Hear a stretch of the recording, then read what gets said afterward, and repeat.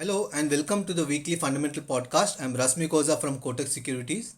To start with, on the international markets, the US 10-year bond yields after touching 1.73% last week came off to 1.66%. Stocks in the US climbed higher and the dollar index fell marginally last week after the Fed chairman said the central bank has the tools to curb any inflation pressures. Last week, the S&P rose 2.7%, the Dow advanced 2%, and the Nasdaq climbed 3.1%.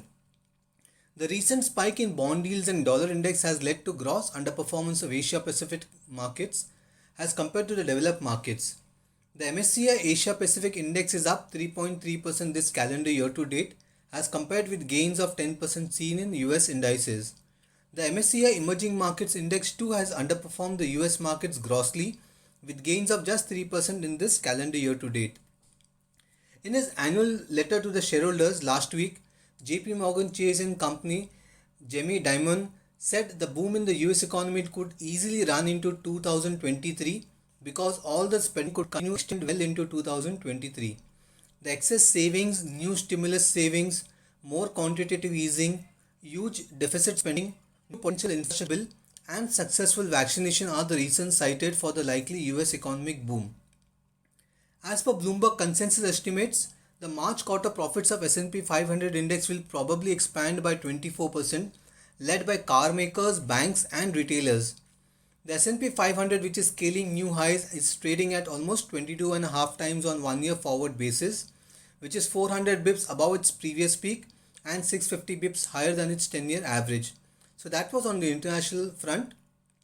Moving over to India, the Nifty 50 ended flat last week but underperformed global equity markets on concerns around the sharp rise in COVID-19 cases in India.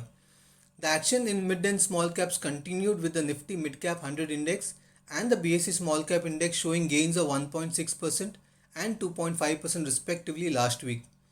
Among sectors, the rally in metal stocks continued last week with BSE Metal Index gaining 6.8%. As compared to the 6% gains of Nifty 50 in this calendar year to date, there are 5 sectors that have grossly outperformed by giving double-digit returns. These sectors are the BSE Metal Index, which is up 39%, BSE Industrials Index, which is up 25%, BSE Utility, which is up 21%, BSE IT Index, which is up 16%, and BSE Capital Goods Index, which is up 12.5%. Another thing to note is that 4 out of these 5 sectors are economy driven. It is also worth noting that the Nifty Mid Cap Index and the BSE Small Cap Index are up 18% and 19% respectively in this calendar year to date. Last week's RBI policy was in line with expectation with its accommodative stance. The RBI maintained its FY22 GDP growth forecast of more than 10.5%. It sees Q1 FY22 GDP at 22.6% and Q2 FY22 GDP at 8.3%. The 10-year GSEC yield has come off from the recent high of 6.25% to 6%. The fall in bond yield was due to the surprise announcement of GSEC buying of Rs 1 lakh crore by RBI in Q1 of FY22. The long duration bond buying would support long-term yields and result in flattening of the yield curve. The assurance of GSEC buying has led to a significant depreciation of the INR, which has moved from 72.4 to 74.5 against the USD. We expect muted response from FIIs in the near future, but as and when the COVID cases subside, we can expect strong comeback in FII flows. Slowly, other emerging markets have also started getting FII flows in a minuscule way. On the earnings front, we expect Q4 FY21 season to be extremely good, mainly due to the COVID-led disruption in the base quarter, that is of Q4 of FY22. We expect strong YOY increase in earnings across all sectors with very high growth in case of automobiles, banks, metals and mining and oil and gas. We expect the net profit of Nifty 50 index to increase by 122% YOY and 6% Q on Q in Q4 FY21.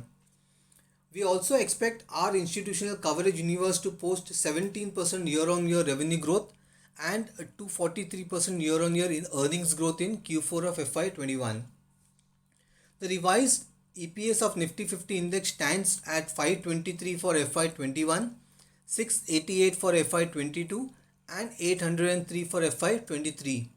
We now expect the free float Nifty 50 earnings to grow by 17% in FY22, 29% in FY20, 17% in FY21, 29% in FY22 and 17% in FY23.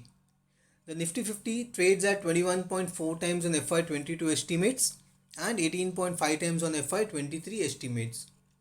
This week we will see earnings coming from TCS, Infosys, Mindtree, Wipro and HDFC Bank. If there is no surprise element in earnings of IT companies and if the guidance does not appeal the street, then we could see some profit taking in them. Otherwise, they could continue to outperform the broad market. The banking sector results could be the most unpredictable depending on the provisioning done by various banks. The likely strong earnings growth could restrict any major downside in the market going ahead. Similar to the US, we are seeing very high fiscal and monetary support in India too.